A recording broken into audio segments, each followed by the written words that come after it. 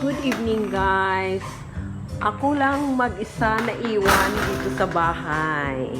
Diyos ko guys, ako lang mag-isa. Oh. Sa taas naman tayo guys.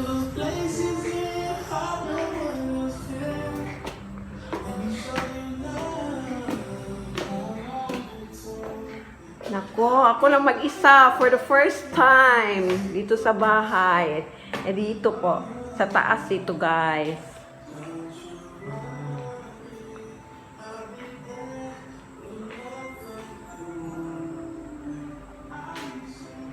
Dito tayo sa terrace.